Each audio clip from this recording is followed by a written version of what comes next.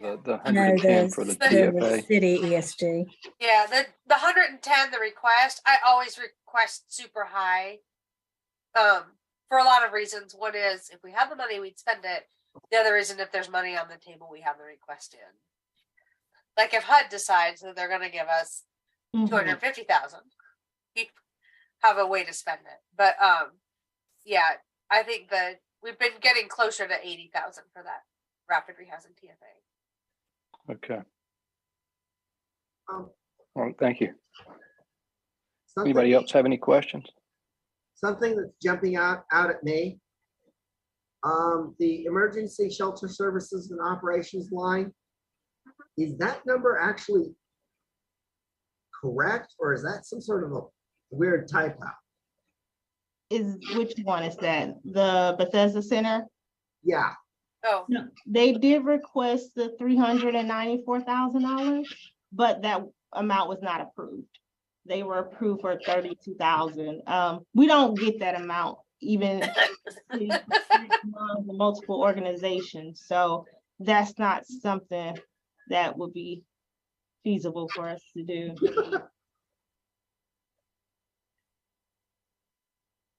I wonder if it was a typo on their part. It is a pretty big difference. The budget matches. I just think they probably didn't. Maybe a little more reading of the RFP to understand the budget of what the city receives would have probably been helpful. New management, new people doing their books. I guess you can't get if you don't ask, right? Yes. always my philosophy. All right. Any other questions? That was a good question, Robert. All right. So you need a vote on this. Is that correct, Sharika? Yes. All right. So I guess we need a motion to approve this first. Can I get that motion?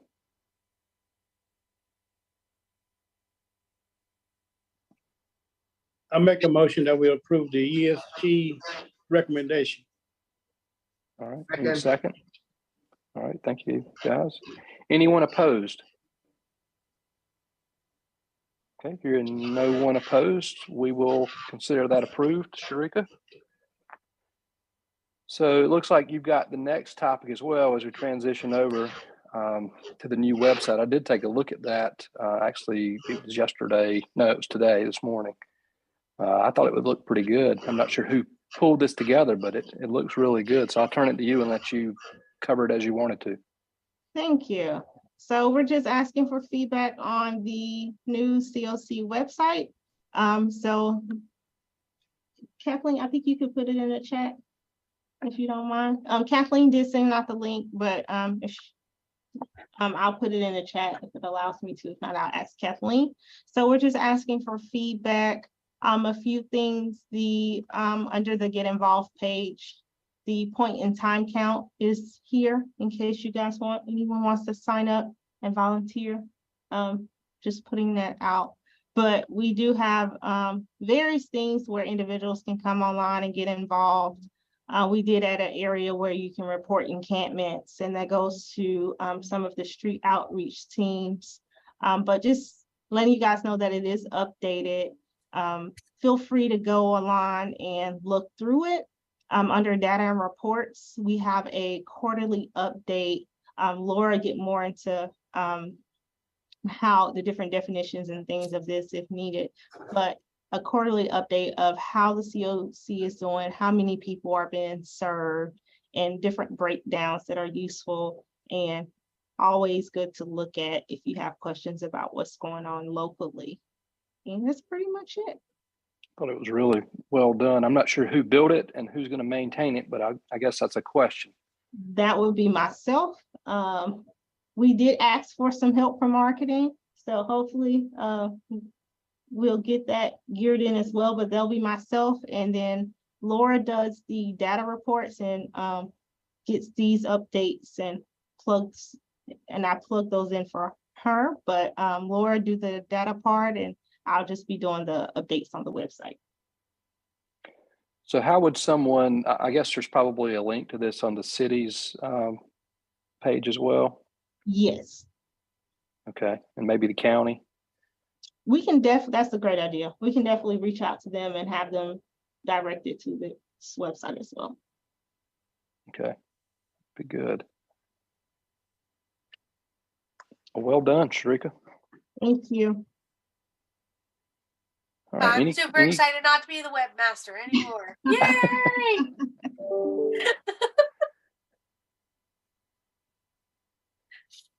Had we kind of to that point, I guess I should know this, but had we had a web page prior to this? Yeah, we Okay. did. I was the webmaster. I have Okay. many gift skills and talents. The ability to keep up with the website is not one of them.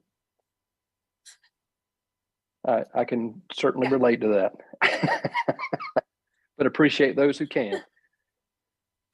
All It right, was well, very good. Designed to be stagnant, the last website, whereas this one is designed to be much more current.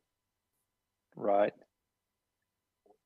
So I guess the next topic, Kathleen, I'm showing you, and we saw a link for pit count if someone wanted to volunteer for that on the website just then, but I'll turn it to you, Kathleen, and let you Yeah. provide an update on pit count. Just wanted to make y'all aware that we will be doing the unsheltered street count this year.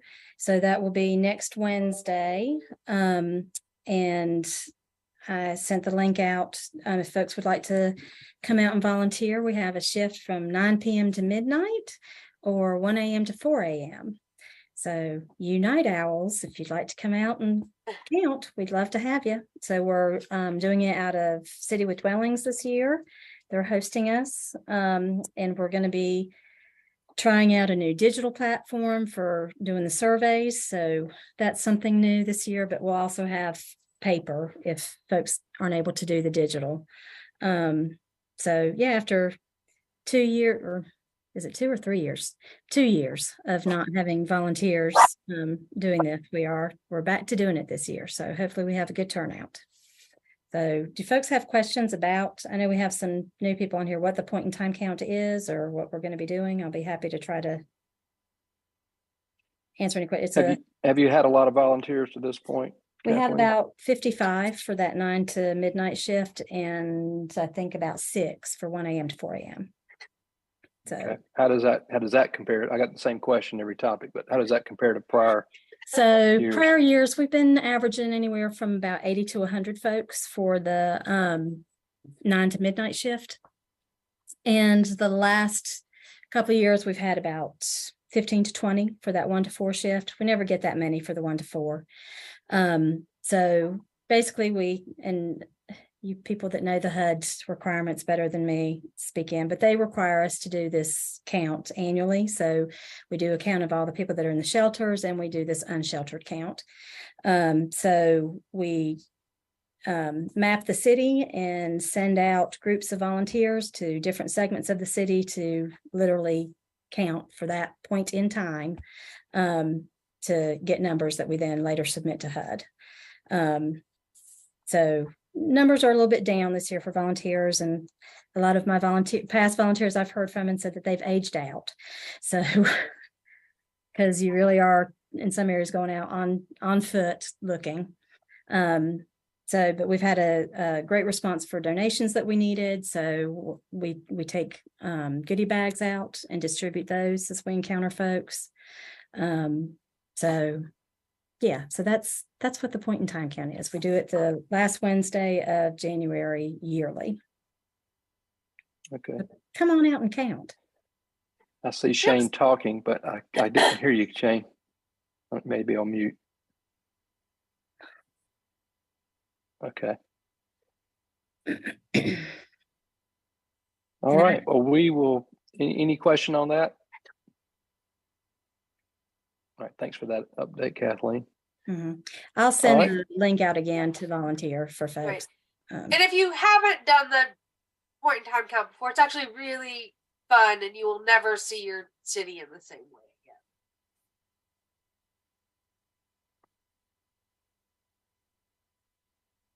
All right. Well, let's move to the next topic here, the Ladera Crest update.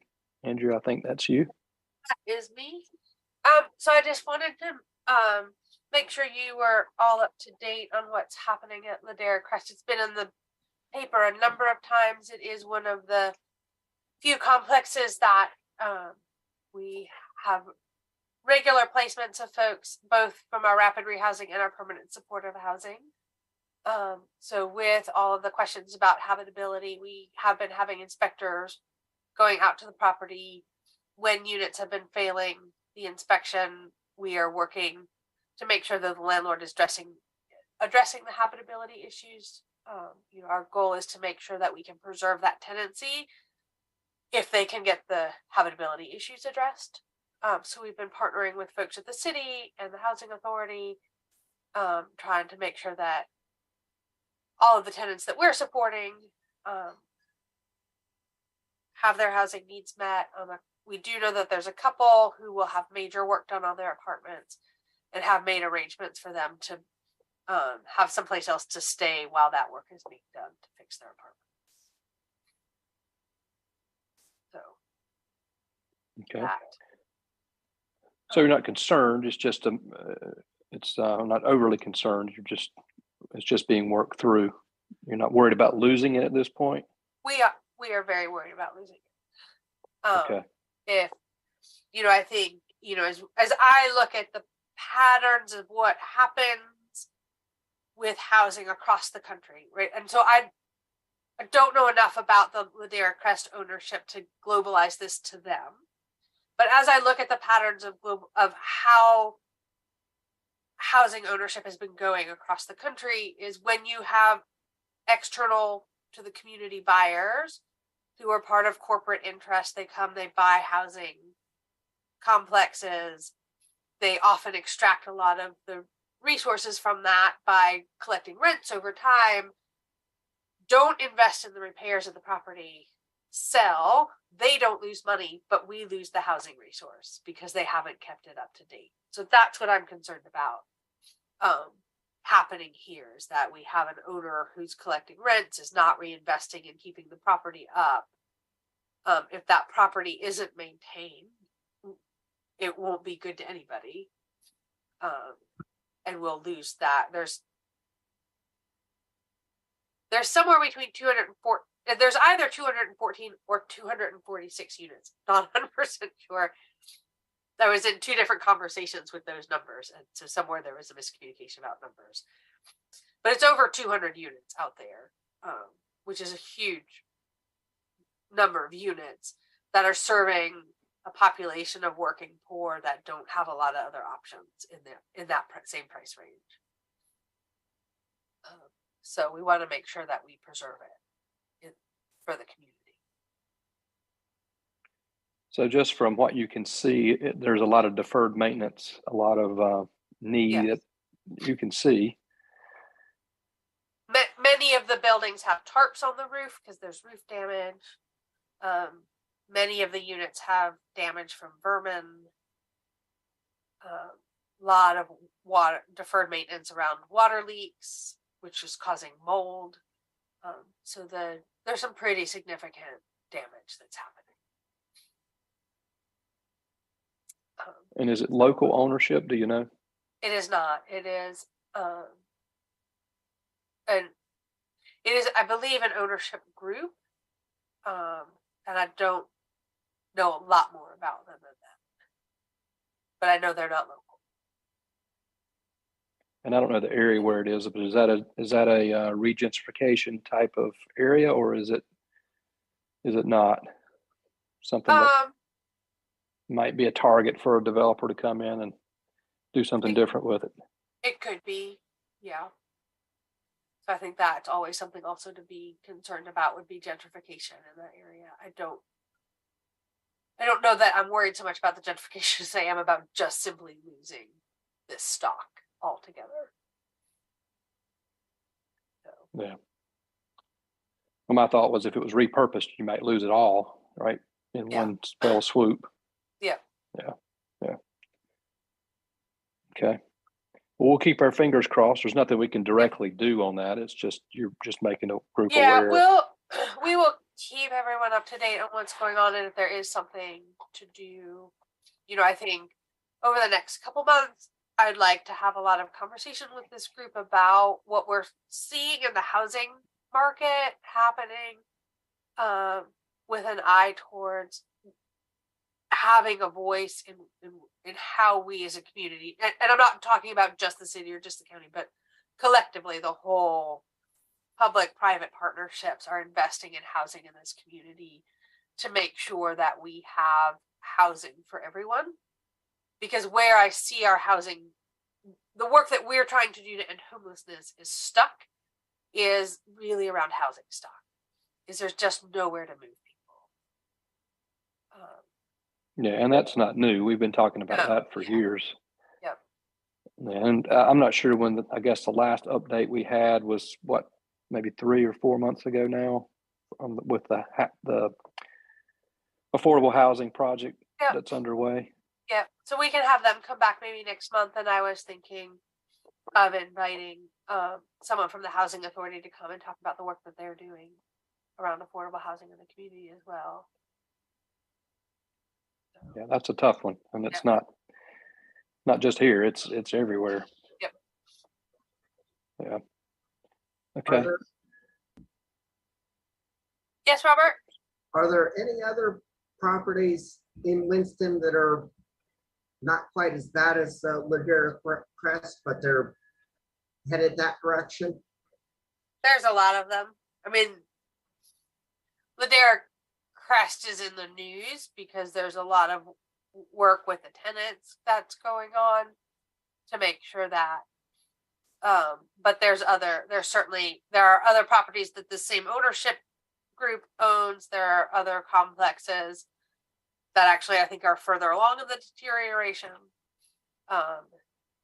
So yeah, there's a lot. It is a significant threat to our housing stock.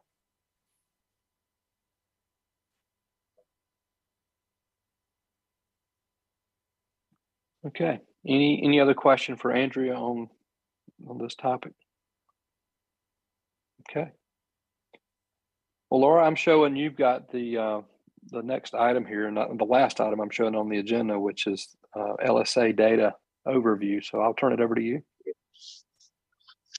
Great. Thank you for inviting me. I am ready to share my screen.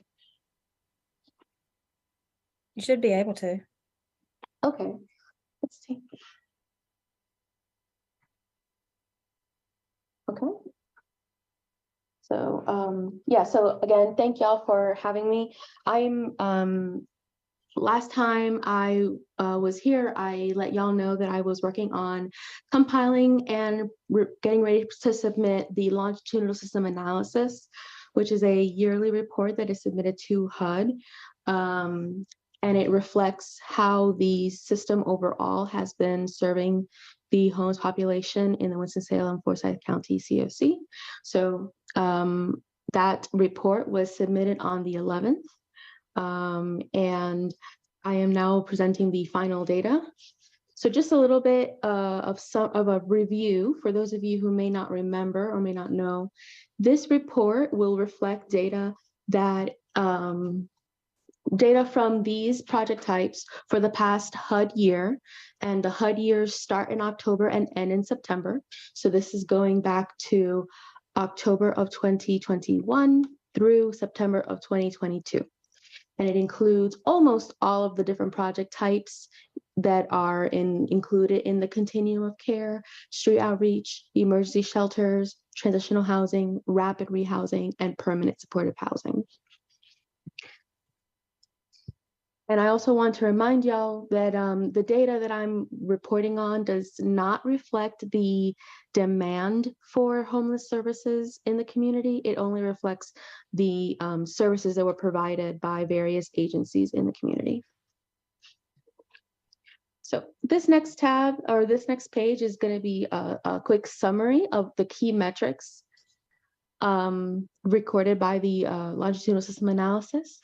So this year, this past HUD year, we served 1,491 people in 1,177 households. The average days that people were homeless was 110 days. That's overall. And about 24% of the people or households that exited our system were exiting to a permanent housing destination. And then the return rate was 7%. A little bit about the return rate. This is measuring how many people who were housed 2 years ago through our programs have since returned to homelessness. And I'm happy to say that for the 4th year in a row, we have been keeping this rate really low. Last year it was 8%, and it had been 8% for 3 years in a row. This year it's 7%. So I have prepped some slides that will show some trends. So multi-year metrics for key metrics. Next, we're going to talk about how many people who were served. So as y'all know, we did see a huge dip in the number of people that were served by the homelessness services system because of the pandemic. For a variety of reasons, the number of people that were served starting in 2020 started to go down, and by 2021 we saw a big dip. We have not recovered yet. We, as you can see, that back in 2019, 1,608 households were served, and this year we served 1,177. So the system seems to be slowly getting back to its original capacity, but we'll have to keep an eye on that and see how that goes. Laura, I have a question about this data and Yes. what's feeding into it. So because of my knowledge of the system, I know that the 2019-2020 data wouldn't have any street outreach specific program data in it.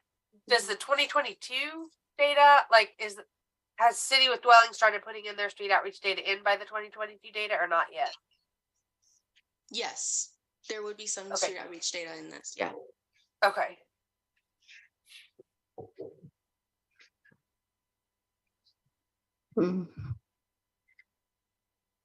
Here I have split up the number of households by the household type. So as those of you who might be familiar, HUD is looking at 3 types of households. So households of only adults, households with adults and children, and households of only children. And in our COC, we don't have programs that serve children who are by themselves. So I've got here the 2 types of households that the rest of the data is split up into. So as you can see, we have actually, the 2022 numbers for number of households of only adults is 999. So this is the closest we've gotten to getting back to our before the pandemic numbers. For both households. The adults with children is sort of bouncing back faster than the adults with households with only adults in it. So again, I will keep track of how close we are getting to being at our pre-pandemic rates. Any questions so far?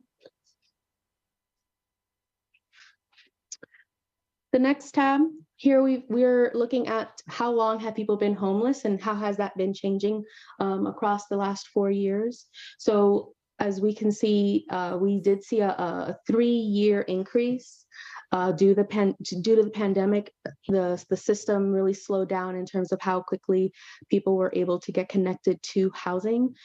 And while the average length of time homeless has shortened, it is still not where we want it to be, where, I would like to see it go back down at least to the pre-pandemic days. But as Andrea mentioned earlier, housing has become very difficult to come by. So any questions about this?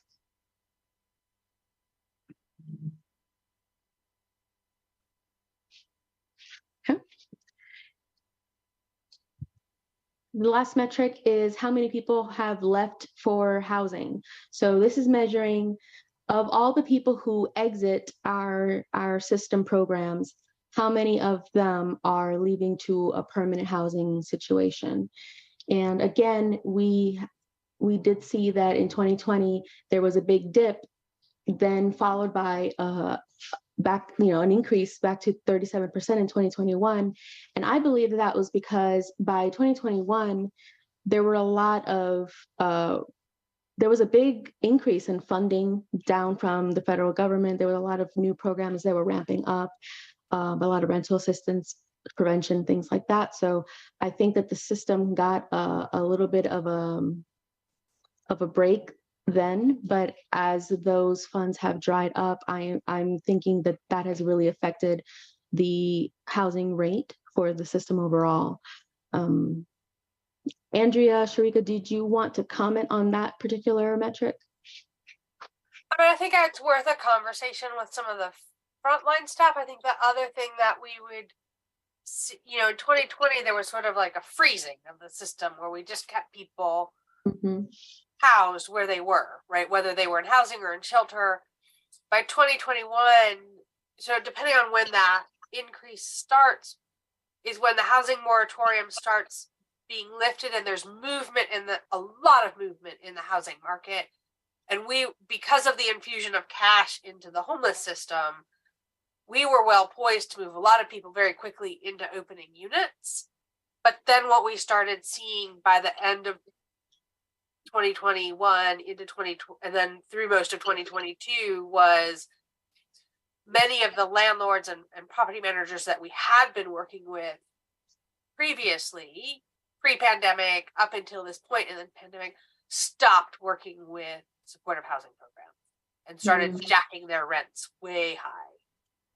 And so I think that huge drop down from 30 between 2021 and 2022 is a reflection of what was happening in the housing market as a backlash to the moratorium, was where people jacking their rents up. So, and maybe some impact with the HUD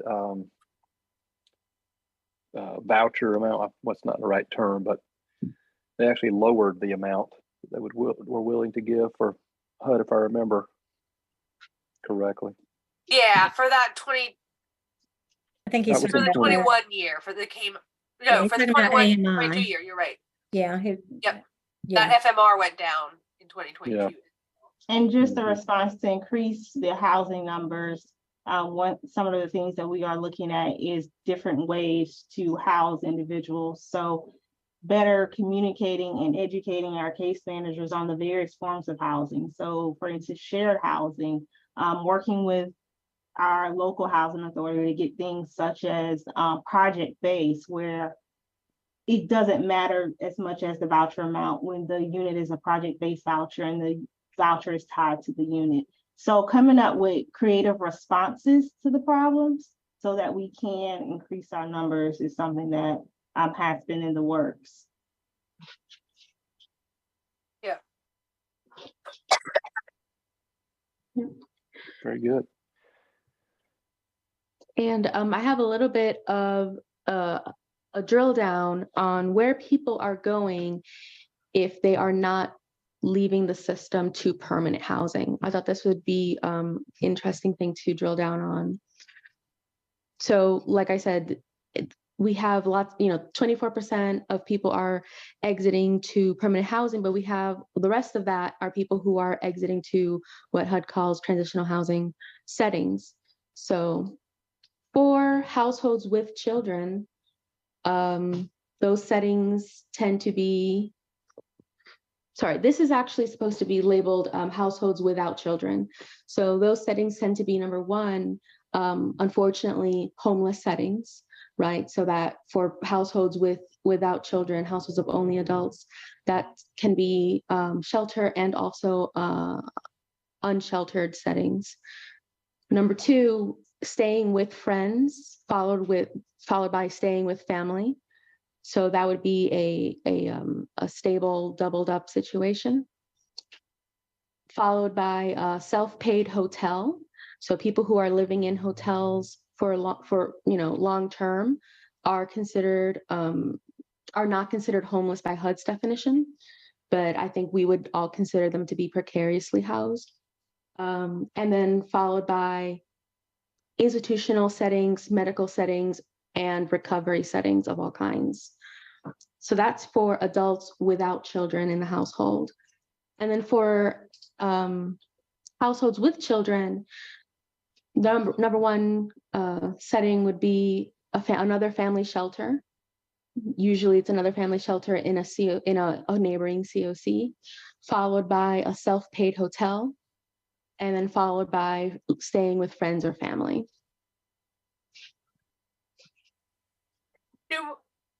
I'm curious, Laura, if we have any idea for these families with children that are being exited to family or friends. Mm-hmm. Are we seeing a recidivism loop with that, so that we're perceiving it as a temporary stay, but they're actually making it work longer term? Or I'm just curious about that. That is something that we could definitely use Stella to drill down on. Okay. Yeah, so that's all that I had prepared for today. As I continue to really analyze and get the data ready for presentation, I might come back if I'm invited for more data. And if if y'all have any questions, as usual, you can definitely send me questions via email, and I'm happy to dig into the data and see if I can find your answers. All right, thank you, Laura. Good information. Appreciate you organizing it and covering it with us. Any other question for Laura? Thanks, Laura. And congratulations on getting the report turned in. Thank you. That's a huge amount of work. Thanks. All right, well, that takes us through the agenda I had. I'll ask the group if there's any other business that we need to cover today as a group.